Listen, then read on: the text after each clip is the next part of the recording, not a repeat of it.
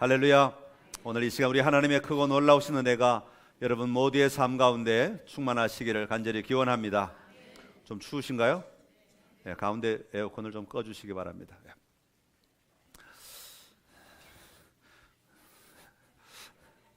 몸을 떨고 계시는 것 같아서 네.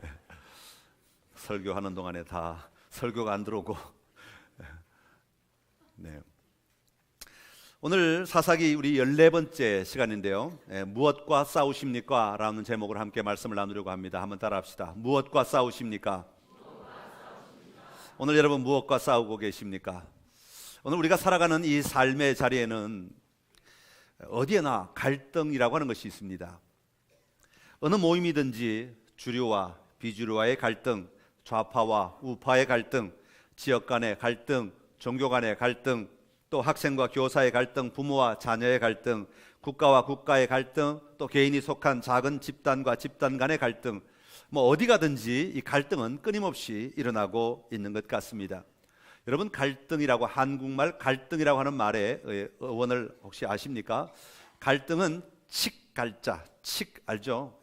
뿌리, 칡나무, 칡나무 갈자에다가 등나무 등자를 씁니다. 이 둘 다 이게 휘감고 올라가는 나무입니다. 두 나무가 다. 그런데 칡나무는 오른쪽으로 휘감으며 올라가는 나무이고 등나무는 왼쪽으로 휘감으며 올라가는 나무입니다. 둘이 같이 있을 일은 별로 없다고 그래요. 그런데 둘이 같이 있게 되면 이게 서로 반대로 꼬여서 올라가기 때문에 결코 하나가 될 수 없는 나무가 칡나무와 등나무라고 합니다. 그래서 이 갈등, 칡갈자와 등나무 등자가 합쳐져서 갈등이라고 하는 말로 사용이 되는 것이죠. 서로 자기의 방향, 서로 자기의 의견만 주장하여서 절대로 하나를 이룰 수 없는 상태를 갈등이라고 이야기하는 것입니다.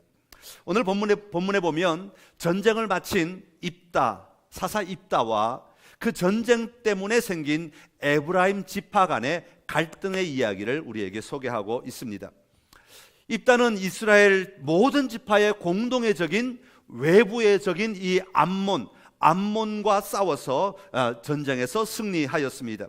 그런데도 안타깝게도 이 전쟁을 승리하고 나서 입다에게는 굉장히 슬픈 이야기가 하나가 있죠. 무엇입니까? 전쟁에 승리하였음에도 불구하고 어리석은 서원으로 말미암아 자기 딸을 불에 태워 제물로 바칠 수밖에 없는 안타까운 상황에 처하였다고 하는 것이죠.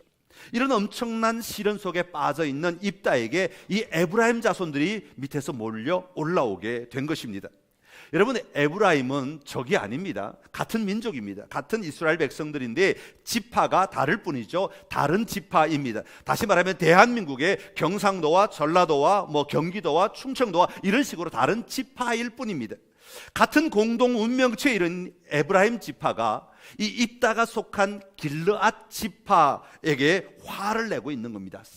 그 내용이 화를 내고 있는 이유가 뭐냐 하면 바로 1절에 이렇게 말합니다. 내가 암몬 자손과 싸우러 건너갈 때, 다시 말하면 입다 너가 암몬 자손과 싸우러 갈 때 어찌하여 우리 이 에브라임을 불러 너와 함께 가게 하지 않았느냐라고 하는 것입니다. 여러분, 이 말은 잘 들어야 합니다. 겉으로 드러난 말과 속에 있는 말이 같지 않기 때문에 그렇습니다. 여러분, 겉으로 드러난 말은 어떻습니까? 그것은 입다가 암몬 자손과 싸우러 갈 때 야, 왜 우리를 안 불렀어? 라고 하는 것이죠. 잘못 들으면 이 말은 참 멋있고 입다를 생각해주는 말처럼 들립니다. 에브라임은 마치 자기들이 전쟁에 참여할 수 있었는데도 불구하고 입다가 자기들만 쏙 빼놓고 자기들끼리 전쟁에 갔다 옴으로 말미암아 야, 우리를 불렀으면 너 힘이 됐을 텐데, 우리를 불렀으면 야, 우리가 같이 도와줬을 텐데, 우리를 불렀더라면 네가 그 고생을 많이 하지 않아도 되었을 텐데 왜 우리를 안 불렀어? 왜 우리 전쟁에 빼놓았어? 그렇게 말하고 있는 것 같아 보입니다. 그러나 진실은 그렇지 않습니다. 3절에 보면 입다가 반박하며 에브라임에게 이렇게 말합니다. 3절에 보니까 이렇게 말해요. 입다가 그들에게 이르되 나와 내 백성이 암몬 자손과 크게 싸울 때에 내가 너희를 부르되 너희가 나를 그들의 손에서 구원하지 아니한 고로, 그렇게 말합니다. 입다는 아주 분명하게 에브라임에게 말합니다. 에브라임에게 도움을 요청하였다는 것입니다. 전쟁터에 나아갈 때 사람들이 너무 모자라기 때문에 모든 지파에게 사람들을 보내서 도와달라고, 참여해달라고, 전쟁에 같이 나아가자고, 같이 연합하자고 이야기를 다 했다는 것입니다. 여기서 입다가 사용하는 단어는요, 매우 절박한 단어입니다. 나와 내 백성이 암몬 자손과 크게 싸울 때, 이 크게 싸울 때라고 하는 말은요, 이 전쟁이 너무나 크고 위험하다 그 말입니다. 전쟁이 막 그냥 간단한 전쟁, 우리가 그냥 조금만 힘만 보태면 싸워서 이길 수 있는 그런 전쟁이 아니라 비교도 안 되는 그런 상황에서 전쟁을 맞이하게 되었고, 그 어마어마한 시련 속에서, 고통 속에서 이 전투를 치렀다라고 하는 것을 이야기하는 것이죠. 여러분, 전쟁이 크면 병사가 많이 필요하죠. 전쟁이 크면 전쟁 물자도 많이 필요하죠. 전쟁이 크면 용사들도 참 많이 필요합니다. 그런데 입다는 자기들의 힘만 가지고는 도저히 감당할 수 없기 때문에 내가 너희를 불렀다 그렇게 말합니다. 여기서 내가 너희를 부르되라고 하는 말은요, 이게 참 도움을 요청하기는 하되 울면서 부르짖는, 마치 너무 안타까워서 제발 좀 와서 우리를 좀 도와줘, 제발 부탁인데 우리가 지금 죽을 지경에 놓였어, 제발 너의 도움이 절대 필요해, 제발 와서 우리를 좀 도와줘 하면서 울면서 부르짖는 것을 이야기합니다. 그러니까 내가 너희를 부르되 할 때, 이 부르되라는 단어가 히브리에서 사용될 때는 그렇게 간절한 모습으로 사용되는 거예요. 이 단어가 어디에 또 사용되냐면 출애굽기에 사용됩니다. 우리 출애굽기 내용을 보면 이 단어가 얼마나 절박한 내용인가 하는 것을 우리가 알 수 있는데요. 출애굽기 2장 23절의 말씀입니다. 우리 같이 한번 읽겠습니다. 여러 해 후에 애굽 왕은 죽었고 이스라엘 자손은 고된 노동으로 말미암아 탄식하며 부르짖으니 그 고된 노동으로 말미암아 부르짖는 소리가 하나님께 상달된지라. 아멘. 여러분, 지금 이스라엘 백성들이 애굽에 내려와서 있다가 수백 년이 지남으로 말미암아 애굽 왕이 요셉을 잊어버리고 이제 그들의 숫자가 자꾸, 히브리인들의 숫자가 커가니까 이 애굽 바로가 이들을 압제하기 시작하는 겁니다. 평민에서 노예로 바꾸어 버리는 것이죠. 그 엄청난 일을 시키기 시작하고 피라미드를 만들게 하고 온갖 노동을 시키면서 수많은 사람들이 이 노동의 자리에 들어가게 되는 것이죠. 그런데 그 육체적으로 정신적으로 당하는 이 고통이, 고난이 얼마나 크고 무거운지 견딜 수 없어서 이 이스라엘 백성들이 하나님께 부르짖었다. 그때 사용하는 단어가 이 부르짖었다라고 하는 단어입니다. 그래서 그들의 자존심과 존재감을 빼앗겨버리고 노예로서 인간 이하의 취급을 받으면서 절망 가운데 빠져서 이 상황을 어떻게 하면 이겨낼 수 있을까, 정말 간절하게 부르짖는, 온몸으로 부르짖는 내용이 바로 이 내가 너희를 부르되라고 할 때 이 부른다, 부르짖는다라고 하는 이야기입니다. 같은 영혼을 가진 사람들을 마치 영혼이 없는 짐승과 같이 취급하고 있는 그 상황 속에서 부르짖고 있는 이스라엘 백성들의 모습이 바로 입다가 에브라임을 향하여 부르짖었다라는 말과 같은 의미로 사용되고 있는 것입니다. 여러분, 입다는 에브라임을 향하여 그렇게 도와달라고 부르짖었습니다. 그때 에브라임은 어떻게 하였습니까? 2절 끝에 보면 이렇게 말합니다. 너희가 나를 그들의 손에서 구원하지 아니한 거로.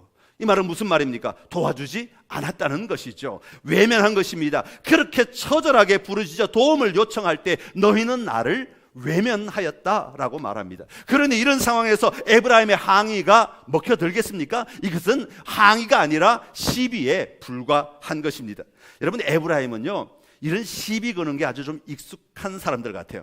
그전에도 이미 전적이 한번 있습니다. 언제 그랬냐면 사사기 8장에 보면 기드온과의 전쟁 이야기가 나오는데, 기드온이 300명으로 미디안을 정복하고 났을 때 이 에브라임이 똑같은 상황에서 시비를 거는 장면이 8장에 나옵니다. 우리 8장 1절 말씀 같이 한번 보겠습니다. 에브라임 사람들이 기드온에게 이르되 내가 미디안과 싸우러 갈 때 우리를 부르지 아니하였으니 우리를 이같이 대접함은 어찌 됨이냐 하고 그가 다투는지라. 아멘. 분명히 이때도 불렀습니다. 이때도 다 모든 지파에게 다 사람을 보내서 불렀습니다. 그런데도 불구하고 에브라임은 전쟁에는 참여 안 하고 전쟁에 이기니까 그때 탁 나타나가지고 왜 안 불렀어? 어디서 많이 본 사람 같죠? 혹시 주변에 그러신 분 없습니까? 가만히 있다가 칭찬받아야 될 그 순간에만 딱 나타나가지고 왜 나를 안 불렀어? 왜 나를 사용 안 했어? 왜 나하고 같이 가자 안 그랬어? 왜 나에게 말하지 않았어? 진작 말했더라면 내가 도와줬을 텐데 뒷북치는 사람들이. 근데 기드온은 당시에 사사기 8장에서 기드온은 마음이 참 좋았던 것 같아요. 제가 이렇게 둘을 비교해 보니까 기드온은 성품이 좀 좋았던 것 같아요. 그나마 성품이 좋았던 것 같아요.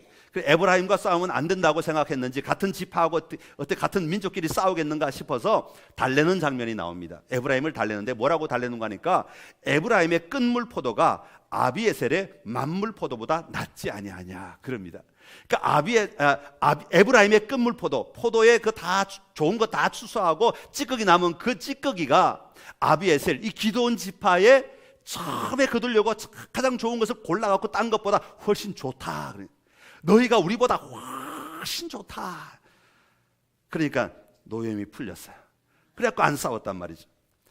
자, 그렇다면 왜 에브라임은 자꾸 이렇게 기회가 날 때마다 시비를 걸고 자기들을 왜 안 데려갔느냐고 묻고 있는 것일까요? 에브라임에게 전쟁에 참여할 기회가 분명히 제공되었습니다. 그러나 그들은 참여하지 않았습니다. 기회가 있었음에도 불구하고 참여하지 않았습니다. 그러면 전쟁이 끝난 뒤에도 어떻게 해야 됩니까? 그냥 가만히 있으면 됩니다. 잘했다고 박수 쳐주면 됩니다. 수고했다고 격려해주면 됩니다. 그 한마디면 다 끝나는 것이죠. 누구든 그 결과로 인해서 그 사람들이 인정을 받든 칭찬을 받든 박수를 받든 당연한 결과이니까 그냥 인정해주고 그만두면 되는 것입니다. 그런데 에브라임은 그렇게 할 수가 없었습니다. 왜 그렇습니까? 그들 안에 있는 교만과 특권 의식으로 말미암은 그들 안에 있는 시기심 때문 아니겠습니까? 아마 그들 안에 있는 자존심의 문제가 있었기 때문으로 보여지고 있습니다. 그것을 이해하려면 에브라임이 어떤 사람인가를 좀 보면 압니다. 에브라임이 어떤 사람인가 하면 창세기 41장 52절에 보면 에브라임은 원래 요셉의 두 아들 중에 차남의 이름입니다. 에브라임의 이름의 뜻은 뭐냐 하면 두 배의 과실이라는 뜻을 가지고 있습니다.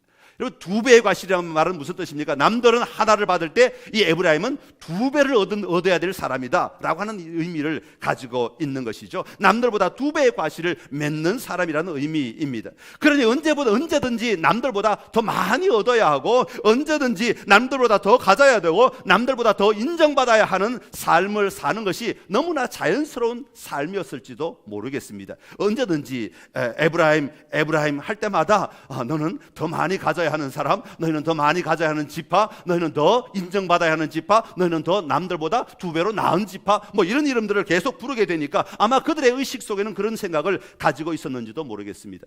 또 하나, 가나안 땅을 정복을 주도했던 이 여호수아가 에브라임 지파였습니다. 지금 이 땅을 정복하고 나누어 가질 수 있도록 하였던 사람이죠. 그러니까 에브라임 지파로서는 아마 자부심이 굉장히 강하였을 것 같습니다. 지금 이 땅 너희들 누구 때문에 차지한 줄 알아? 이게 다 이 에브라임 지파 때문이야. 너희들이 여기 와서 평안하게 사는 건 누구 때문인 줄 알아? 다 우리 때문이야, 우리 때문. 얼마든지 그렇게 자랑할 수 있지 않았겠습니까? 그러나 상대적으로 입다는 어떤 사람입니까? 입다는 우리가 몇 주 전에 살펴보았습니다만은 길앗 사람이죠. 길앗은 이 여러 지파들 가운데 아주 작은 지파입니다. 거기다가 입다는 기생이 길앗에게서 낳은 아들입니다. 그렇게 기생이 낳은 아들입니다. 자기 형제들에게서 그래서 쫓겨난 사람이 바로 입다입니다. 그러다가 잡류들과 함께 잡류와 같은 삶을 살아가면서 남의 것을 빼앗으며 그렇게 살아가던, 어울리며 그렇게 살아가던 사람입니다. 그러던 입다가 자기를 빼놓고 승리를 차지하고 기뻐할 때 이 에브라임의 자존심이 아마 얼마나 많이 상했을까. 그래서 아마 시기심이 일어나지 않았을까, 그렇게 보여집니다. 사랑하는 성도 여러분, 사실 우리의 삶에도 이런 경우들을 참 많이 겪게 됩니다. 그때마다 우리는 어떻게 행동하고 있습니까? 여러분이 가지신 교만과 또는 여러분이 가지신 어떤 특권의식으로 말미암은 시기심이 일어날 때에 여러분, 그것은 참 무서운 것이라는 사실을 우리가 먼저 인식을 해야 합니다. 여러분, 교회 안에서 새 가족을 향하여서 어떤 사람이 와서 교회 안에 정착하려고 할 때 우리 안에는 특권의식이 있어서 때로는 그들을 무시하고 그들을 맞이하지 아니하고 그들을 품지 못하고, 여러분, 그렇게 함으로 말미암아 어떤 문제가 일어난다면 이것은 굉장히 심각한 문제가 일어나게 되는 것이죠. 어떤 사람이 내 앞에 직책을 맡고 그 직책을 다른 사람에게 물려주었을 때 그 사람이 나보다 뭔가 좀 더 잘하는 것 같고 나보다 뭔가 좀 탁월한 것 같으면 그 안에 시기심이 일어날 때도 있죠. 그러면 우리는 그 사람을 그냥 격려하고 지켜보기만 해도 되는데 우리는 괜히 또 내가 할 때는 이랬는데 저랬는데 하면서 우리가 또 나름대로 간섭하며 시기심을 일으킬 때가 있다는 말이죠. 그런데 중요한 것은 이런 시기심으로 말미암은 결과가 작지 않다는 것입니다. 엄청나다는 것을 이야기합니다. 파킨슨의 법칙으로 유명한 영국의 사상가 파킨슨이 만들어낸 말 가운데 무능자 질투증이라고 하는 것이 있습니다. 무능한 데다가 질투심까지 겸비한 사람이 높은 자리에 앉게 되면 자기보다 유능한 사람들을 모조리 추방하고 성장 가능성이 높은 유능한 사람은 결코 임용하지 않거나 승진시키지 않는다는 논리입니다. 여러분, 시기심이 자기 내면으로 향하면 혼자 꽁꽁 안에 감싸 있으면 그건 우울증으로 나타납니다. 그런데 이 시기심이 밖을 향하게 되면, 외부적으로 향하게 되면 우리 입을 통해서 자꾸 비판하고 헐뜯으며 그 상대방을 매장시키려고 하는 것이 이 시기심의 특징 가운데 하나입니다. 성경에도 보면 가인이 아벨을 시기해서 어떻게 했습니까? 동생을 죽였습니다. 사울은 여인들이 전쟁에서 돌아왔을 때 사울이 죽인 자는 천천히요, 다윗이 죽인 자는 만만이라고 하니까 그 안에 시기심이 일어나가지고 온통 그 마음이 시기심으로 가득 차가지고 사울을 죽이려고 창을 던질 뿐 아니라 그의 남은 생애를 다윗을 죽이려고 창을 던질 뿐 아니라 그의 남은 생애를 다윗 잡는데 온 일생 다 바치는 것을 우리가 잘 알고 있습니다. 하만은 모르드게를 시기하여 결국 시기하다가 모르드게를 죽이려고 만든 장대에 자기가 달려서 결국은 죽게 됩니다. 미리암이 모세를 시기하다가 문둥병에 걸렸죠. 여러분, 이런 시기심은 선한 것 자체를 파괴하고자 하는 충동이 바로 이런 시기심인 것입니다. 사랑하는 성도 여러분, 오늘 우리는 혹시 이런 시기심으로 마주하고 있는 영역은 없는지 돌아보아야 합니다. 시기심은 매우 무서운 것입니다. 시기심을 이기지 못하면 우리의 정신이 결코 건강할 수가 없습니다. 우리의 정신이 건강하지 못하면 우리가 바른 영적인 삶을 살아갈 수가 없다는 것입니다. 혹시 내가 잘못한 부분은 없는지 돌아보아야 합니다. 그리고 그것을 인정할 것은 인정하고 고백할 것은 고백할 수 있어야 합니다. 그리고 자기가 잘못한 것에 대하여 집착하지 말아야 합니다. 더 나아가 시기의 대상을 오히려 축복하는 자리에까지 나아갈 수 있어야 합니다. 그럴 때 우리는 우리를 어렵게 만드는 시기심으로부터 자유하여서 그 시기심을 딛고 일어나 오히려 함께 누리며 축복을 나누는 그런 관계로 살아갈 수 있게 되는 것입니다. 시기심이 있는 한 평화, 참된 평화는 우리에게 있을 수가 없습니다. 여러분의 삶 속에, 그리고 우리 교회 안에, 또 우리 공동체 안에, 여러분이 모이는 모든 공동체 안에 이런 시기심을 극복함으로 하나님이 주시는 참된 평화, 참된 평안을 날마다 누리며 살아가는 선창의 모든 가족들이 다 될 수 있기를 간절히 기원합니다. 자, 그런데 이 시기심을 잘 다루지 못하고 시기심이 과해지면 분노가 일어납니다. 분노가 내 마음 속에서 멈춰 있는 것이 아니라 밖으로 드러날 때 분노로 나타납니다. 오늘 에브라임은 자꾸 선을 넘고 있습니다. 그냥 왜 우리를 안 데려갔느냐고 말하는 것에서 끝나는 것이 아니라 협박까지 하고 있습니다. 위협을 하는 것이죠. 1절 끝에 보면 이렇게 말합니다. 우리가 반드시 너와 내 집을 불사르리라. 여러분, 여기서 우리 사실 이 에브라임이 절대 사용해서 안 되는 단어가 하나가 있습니다. 이 뭐냐면 반드시, 이런 단어입니다. 여러분, 특별히 여자들이 많이 쓰는 단어. 반드시, 항상, 언제나, 맨날, 이런 단어들. 말할 때 참 조심해야 될 단어들이 이런 단어입니다. 상대방을 완전히 한쪽으로 그냥 꼼짝달싹 못하게 묶어버리는 단어들이죠. 꼼짝 못하게 맨날 그랬잖아요. 언제나 그랬잖아요. 항상 그랬잖아요. 이렇게 몰아버리는 거예요. 당신 맨날 그랬잖아 지금까지. 이런 얘기들. 반드시. 여러분, 같은 이스라엘 백성들입니다. 사실 함께 나아가야 할 가족이죠. 그럼에도 불구하고 그 시기심 때문에 이 분노를 표출하고 있는 겁니다. 위협을 가하고 있는 거예요. 위협을 가하고 있는 겁니다. 그런데 이 위협이 입다에게는 너무 고통스러운 거예요. 다른 사람은 그냥 흘려들릴 수 있는 말이지만 입다는 지금 상황이 다르단 말입니다. 입다에게는 너무 고통스러운 거예요. 여러분, 찌른데 또 찌른다고, 안 그래도 그것 때문에 그 말 때문에 상처받고 있는데 또 그 말 때문에 또 다른 사람이 말하면 어떻겠어요? 너무 고통스럽죠. 지금 입다의 상황이 그렇다는 거예요. 에브라임은 이미 딸을 잃고 아파하고 있는 입다에게 내 집을 불사르겠다고 위협하고 있는 겁니다. 근데 여기서 우리가 왜 이게 아픈가 하면, 찌른데 또 찌르는 말인가 하면, 이 집이라는 단어, 내 집을 불사르겠다 할 때 이 집이라는 단어가 뭐냐 하면 여러 개의 의미를 가지고 있는데 그 중에 하나가 의미가 뭐냐면 가족이라는 의미를 같이 가지고 있습니다.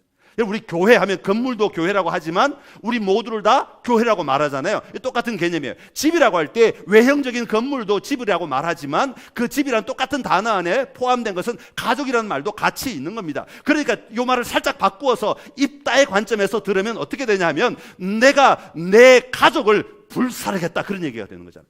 내 집을 불살하겠다는 말은 내 가족을 불살하겠다는 말로 들리게 되는 거죠. 누가? 입다에게는. 왜? 입다는 왜 그 말이 그렇게 들리겠습니까? 지금 이미 자기 딸을 불살랐거든요. 자기 딸을 이미 불살은 사람에게 와가지고 내가 너희 가족을 불살하겠다 말하면 이건 참을 수 없는 이야기죠. 이건 고통 중에 또 고통을 주는 거예요. 이거는 완전히 그 사람을 짓밟아도 완전히 짓밟는 이야기입니다. 그렇기 때문에 우리는 갈등할 때요, 이 말을 참 조심해야 합니다. 어떤 갈등이 생기면 함부로 말하는 것 절대 안 됩니다. 갈등이 생길 때는 여러분 말을 굉장히 신중하게 이야기해야 합니다. 왜냐하면 말에는 힘이 있기 때문에 그렇습니다. 말에는 때로는 독화살 같이 사람을 죽이는 능력이 있습니다. 그렇기 때문에 가정이든 교회이든 사회이든 우리는 이 말을 절제할 필요가 있습니다. 선을 넘어서는 안 된다는 것입니다. 제가 결혼 주례할 때 늘 하는 얘기가 있어요. 두 사람은 싸울 겁니다. 싸우는데 목적을 가지고 싸우십시오. 목적이 뭐예요? 둘이 헤어지기 위해서 싸운다? 결혼한 사람들 제가 그렇게 말하겠습니까? 아니죠. 헤어지기 위해 싸우는 사람은 없어요. 잘 살기 위해서, 행복하기 위해서, 평화를 누리기 위해서, 우리가 문제를 해결하기 위해서 싸우는 거죠. 목적이 분명하고 그 목적을 잊어버리지 않고 싸우면 잘 갈 수 있습니다. 행복할 수 있습니다. 평화를 누릴 수 있습니다. 그런데 가다가 성질 때문에, 이 분노 때문에 목적을 확 잊어버리고, 그걸 우리말로 뭐라고 그럽니까? 잘 아시네요. 그러니까 가다가 그냥 이 목적을 잃어버리고 열리게 되면 그냥 막 쏟아붓는 거예요. 내가 지금 어디로 가는지 상관하지 않아. 내가 이 말이 상대방에게 어떻게 들리는지 상관하지 않아. 이것이 얼마나 파괴하는 일인지 상관하지 않아. 그냥 막 내뱉어 버리면 결국은 막 가자는 거죠. 그렇기 때문에 가정이든 교회이든 사회이든 우리는 절제할 필요가 있다고 하는 것입니다. 목적을 분명히 바라보고 그 우리가 이루어야 될 목적지를 분명히 바라보면서 가야 한다고 하는 것입니다. 그래서 사도 바울은 고린도전서 9장 26절에서 이렇게 이야기하고 있습니다. 고린도전서 9장 26절의 말씀 같이 읽겠습니다. 그러므로 나는 다름질하기를 향방 없는 것 같이 아니하고 싸우기를 허공을 치는 것 같이 아니하며, 사도 바울은 달려가기를 방향 없는 것, 목적지 없이 그냥 막 달려가지 않는다, 그렇게 말하고 있는 거죠. 싸울 때 그냥 허공을 치면서 막 그냥 기분 나는 대로 막 소리 지르고 내 마음대로 말하고 행동하고 막 퍼붓고 그래서 내일 일은 난 몰라요, 그냥 마음대로, 그런 거 아니다 그 말이죠. 그렇게 하면 안 된다는 것이죠. 사랑하는 성도 여러분, 오늘 여러분의 삶의 자리에 분명한 평화의 삶을 향해서 날마다 깨어 잘 만들어가는 기쁨이 여러분 모두에게 충만하기를 간절히 기원합니다. 하나님 오늘 우리에게 그런 지혜를 주신 줄로 믿습니다. 하나님 오늘 우리에게 그런 말할 말들을 우리 마음에 담아 주신 줄로 믿습니다. 하나님을 신뢰하심으로 그 말을 붙드십시오. 그리고 그 말만 하십시오. 그리고 잘 절제하는 것도 성령의 능력인 줄로 믿습니다. 자, 그러면 이제 입다를 잠시 생각해 봅시다. 입다에게는 아무 문제가 없었습니까? 입다는 그냥 당하고만 있으면 되는 사람입니까? 그런 분노에 대응하는 방법이 입다는 무엇이었습니까? 여러분, 기드온 같은 경우는 품었다고 말씀드렸죠. 상대방을 높여줌으로 말미암아, 에브라임을 높여줌으로 말미암아 품었습니다. 그래서 풀어갔습니다. 그러나 입다는 그렇게 하지 않았습니다. 같이 맞붙어서 전쟁을 치르게 되었습니다. 4절에서 6절에 보면 입다는 에브라임과 싸우기 위하여 길앗 사람들을 다 모으게 됩니다. 그리고는 길앗 사람들과 에브라임 사람들이 전쟁을 치르게 되죠. 그래서 에브라임 사람들을 다 죽이게 됩니다. 다 죽이진 않았던 것 같아요. 그래서 4절에 보니까 이 도망가는 사람들이 5절, 6절에 보면 도망가는 사람들이 있었다는 것이죠. 왜 그렇게 하게 되었느냐 하면 4절에 보면 너희 길앗 사람은 본래 에브라임에서 도망한 자로서 에브라임과 머나세 중에 있다라고 하는 조롱을 받았기 때문입니다. 너희 길앗 사람들은 원래 우리 속에 속했던 사람인데 도망간 사람들 아니냐, 이런 조롱을 받아서 다시 이 입다도 분노가 일어나서 그 분노를 절제하지 못하고 에브라임 사람들을 죽이게 된 것입니다. 자, 죽이고 남은 자들이 요단강을 건너서 이제 자기 땅으로 도망을 가려고 할 때에 요단강 나루턱에서 이 길앗 사람들이 기다리고 있었다 그랬습니다.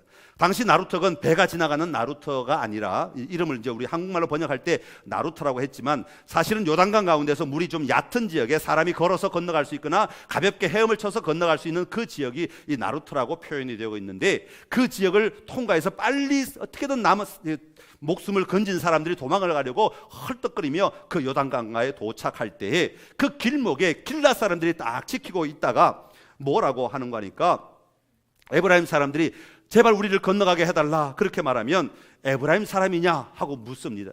그래, 나 에브라임 사람 아니야, 나는 아니야 막 이렇게 말하면, 그러면 잠깐만 이거 한번 발음해봐. 쉽볼렛. 그랬더니 그 사람들이 쉽볼렛이라고 못하고 십볼렛 이렇게 하는 거예요. 경상도 사람 생각이 좀 나죠? 쌀. 잘하죠 저는? 쌀. 막 그 꼭 같은 거예요. 각 지방마다 다 이게 발음하는 특징적으로 발음을 잘하는 게 있고 또 못하는 게, 모음을 못하는 지역도 좀 있죠. 어느 도시는 또 모음이 좀 다른 지역. 이 같은 게 쉽볼렛이라고 발음해야 되는데 십볼렛이라고 발음한다는 것이죠. 에브라임 사람은 쉽볼렛이라는 발음을 할 수 없었다 그래요. 그래서 십볼렛이라고 발음하면 그들은 당연히 에브라임 사람인 줄 알고 죽이게 되었다는 것입니다. 여러분, 그 결과는 어떻게 된 줄 아십니까? 에브라임 사람의 죽은 자가 몇 명이라고요? 42,000명이랍니다. 여러분, 대전 인구가 150만이니까 42,000명까지 뭐 그 정도 죽어봐야 뭐 나라에 무슨 그 도시에 무슨 변화가 있겠나 그렇게 생각할 수 있지만, 이건 엄청난 동족 상잔의 비극입니다. 여러분, 같은 민족끼리 죽이는 거예요. 지금 암몬이나 모압, 블레셋 이런 사람들에게 의해서 죽은 숫자가 아니라 길앗 사람, 자기 동족에 의해서 죽은 사람의 숫자가 42,000명이라는 것입니다. 그리고 더 나아가서 광야에서 이스라엘 백성들의 숫자를 센 적이 있습니다. 민수기 26장 37절에 보면 에브라임 숫자 그때 몇 명이었냐면 32,500명이었습니다. 광야에 나와서 살아남은 사람들의 숫자가 32,500명인데 오늘 몇 명 죽었다고요?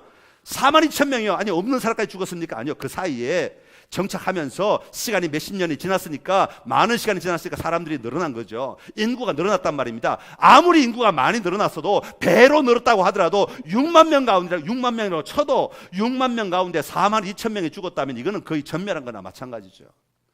한 지파가, 존폐가 갈리는 문제가 되는 것이죠.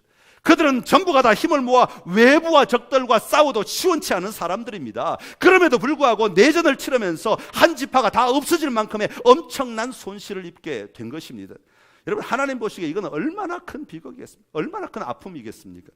여러분, 오늘 우리의 삶은 어떻습니까? 오늘 우리의 가정의 모습은 어떻습니까?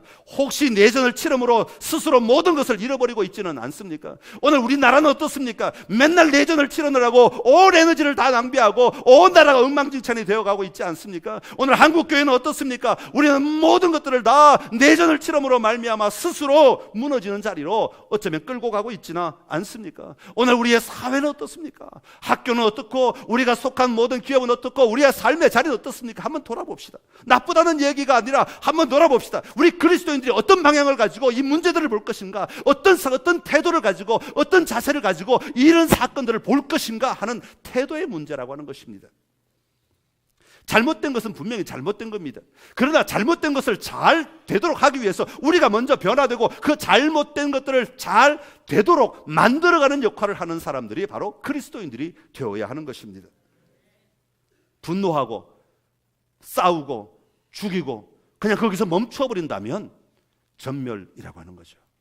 아무것도 남는 것이 없습니다. 자멸만이 있을 뿐입니다. 더 나아가 오늘 우리는 누구와 싸워야 하는 자들이라고 성경은 말하고 있습니까? 오늘 우리의 궁극적인 싸움의 대상은 누가 되어야 하는가 하는 것입니다. 사도 바울은 에베소서 6장 12절에 이렇게 말하고 있습니다. 같이 에베소서 6장 12절의 말씀 같이 읽겠습니다.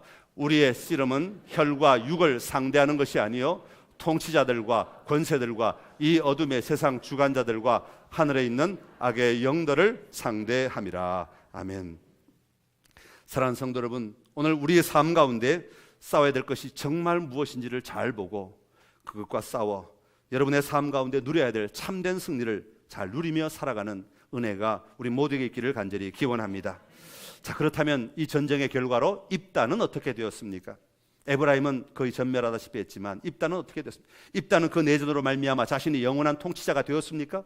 영원한 왕으로서 인정을 받았습니까? 그래서 진정으로 기뻐하며 즐거워하며 살았습니까? 그렇지 않습니다. 그도 피해를 입게 되었습니다. 7절에 보면 이렇게 말합니다. 입다가 이스라엘의 사사가 된 지 6년이라 그렇게 말합니다. 사사가 된 지 6년밖에 안 됐다, 그런 의미로 사용되고 있는 겁니다. 사사들, 12사사들의 이름을 쭉 소개하면서 항상 끝에 뭐가 나오고 있냐면 그 사사가 전쟁에 승리함으로 말미암아 하나님의 뜻을 받음으로 말미암아 하나님이 뭘 선물로 주셨습니까? 평화를 선물로 주셨습니다. 그래서 그 땅에 평화가 임하였더라. 몇 년 동안, 때로는 20년 동안, 때로는 40년 동안, 심한 경우는 80년 동안 평화가 임하였더라, 그렇게 말합니다. 그런데 입다는 몇 년간 평화였다고요? 7년이라고 말합니다. 이것은 성경에 기록된 12사사 가운데 이런 평화의 기간을 기록하지 않은 삼가를 제외하고 나면 최하위 점수입니다.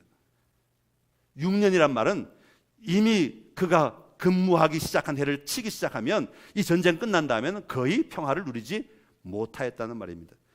그렇게 전쟁을 치르고도, 그렇게 수고하고도, 그렇게 자기 목숨을 내걸고도 정말 누려야 될 평화를 누리지 못하는 삶을 살게 되었음을 이야기하고 있는 것이죠. 그의 영향력이 더 이상 그 땅에 임하게 되지 않았다는 것입니다. 그의 수고의 열매가 그 땅에 임하지 않게 되었다는 것이죠. 여러분, 왜 이런 결과를 가져왔습니까?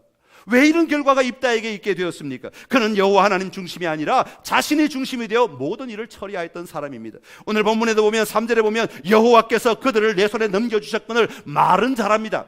가끔 가다가 2번 정도 이런 말을 사용합니다. 자기가 뭔가를 써먹고 싶을 때 하나님의 이름을 들어서 써먹습니다. 그러나 실제 삶에는 하나님의 이름을 사용하지 않았던 사람입니다. 하나님을 의지하지 않았던 사람입니다. 철저하게 자기 생각으로, 자기 관점에서, 자기 기준에서 모든 것을 결정하고 분노를 표출하고 자기 마음대로 했던 사람이 바로 입다였습니다. 오늘 우리가 살아가는 세상의 원리로 보면 이런 일들이 입다의 이야기 정당할 수 있습니다. 아, 잘했다 박수 칠 수 있습니다. 세상 사람들의 관점에 바라보면 입다 문제 없을 수도 있습니다. 그러나 사도 바울은 이렇게 말합니다. 고린도서 10장 23절에 보면 모든 것이 가하나 모든 것이 유익한 것이 아니요 모든 것이 가하나 모든 것이 덕을 세우는 것은 아니라고 말하고 있습니다. 믿음은 도전이고 몸부림입니다. 내 마음대로 할 수 있음에도 불구하고 하나님의 뜻대로 하는 것입니다. 내 마음대로 내 생각대로 할 수 있음에도 불구하고 그것을 죽이고 하나님이 원하시는 것이 무엇인지를 알기 위해 무릎 꿇는 것이 믿음의 삶입니다. 이게 하나님 백성들의 삶의 태도입니다.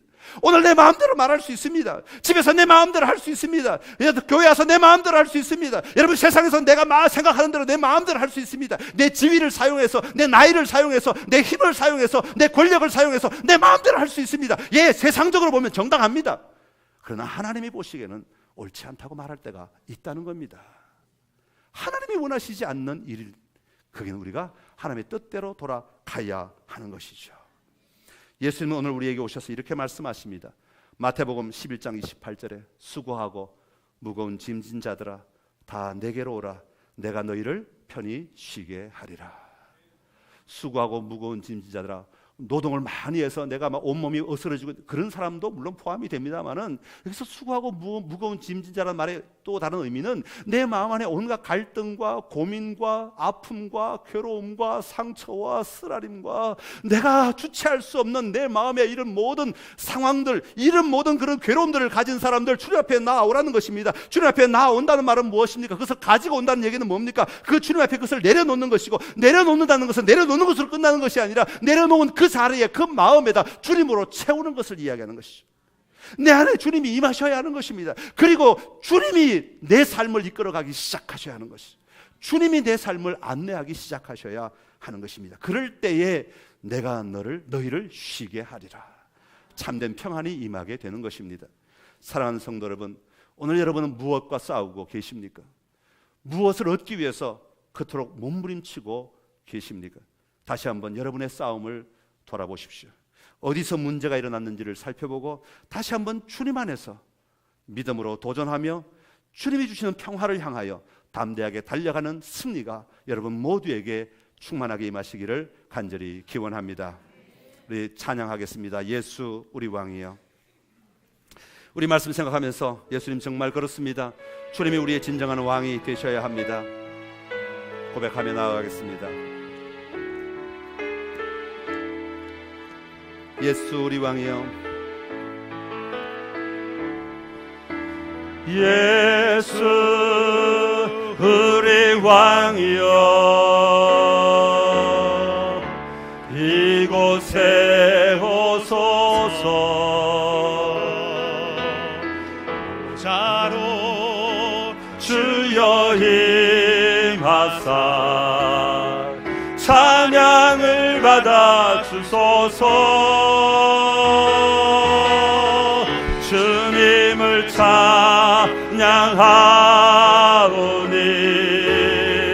주님을 경배하오니 왕이신 예수여 오셔서 좌정하사 다스리소서. 예수 우리 왕이여, 예수 우리 왕이여, 이곳에 오소서. 보좌로 주여 임하사 찬양을 받아 주소서. 주님을 찬양하오니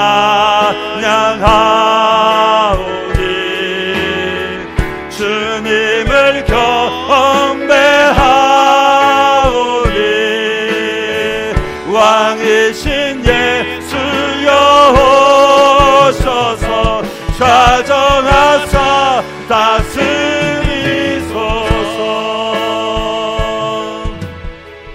이 시간 좀 같이 기도하기를 원합니다.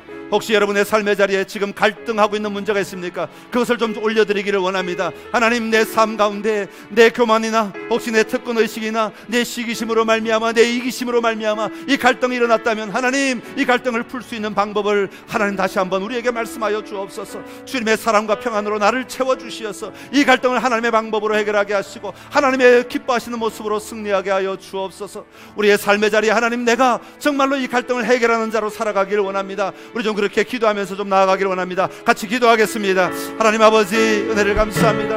이 시간 아버지, 입다의 얘기를 통하여 에브라임과의 전쟁의 이야기를 통해서 다시 한번 우리의 삶을 돌아봅니다. 하나님 아버지, 우리 안에 갈등이 있다면, 우리 안에 문제가 있다면, 우리 안에 어려움이 있다면, 아버지 우리 안에 아버지의 상처가 있다면, 우리 안에 아픔이 있다면, 아버지 우리 안에 고통이 있다면, 하나님 이 시간 아버지 다시 한번 하나님 앞에 나아가오니 우리의 마음을 만져 주시옵소서.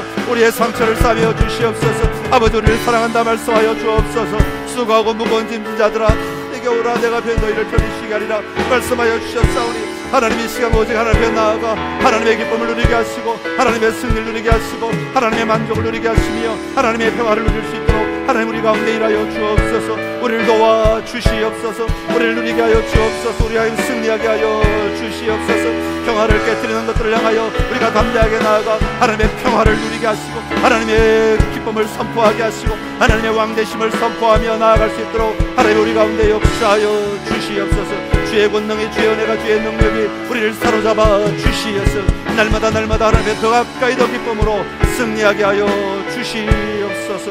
오 주님, 주여 우리를 다스려 주시옵소서.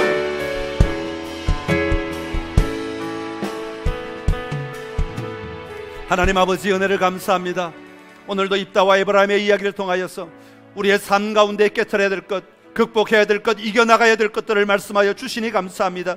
하나님, 우리의 삶 속에 갈등이 없을 수는 없습니다. 수많은 갈등들이 우리 앞에 계속해서 놓여 있지만 믿음으로 어떻게 이 갈등을 해결해야 할지를 알기를 원합니다. 아버지, 오늘 말씀이 살아있기를 원합니다. 아버지, 내 삶의 현장에서 이 말씀대로 아버지 우리가 이 갈등들을 해결해 나갈 수 있게 하시고 이 갈등들로 말미암아 오히려 승리하는 은혜가 있도록 역사하여 주옵소서. 내가 상대방을 누름으로 말미암아 승리하는 것이 아니라 함께 누려야 될 평화를 얻음으로 승리하는 것을 보게 하여 주옵소서. 주님이 내 안에 임하셔야 되겠습니다. 주님이 내 마음을 주장하셔야 되겠습니다.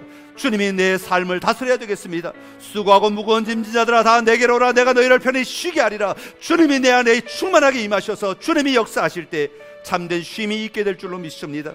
우리 사랑하는 모든 성도들의 삶에 아버지 이 평화가 넘쳐나게 하여 주옵소서. 예수님의 이름으로 기도드리옵나이다. 아멘.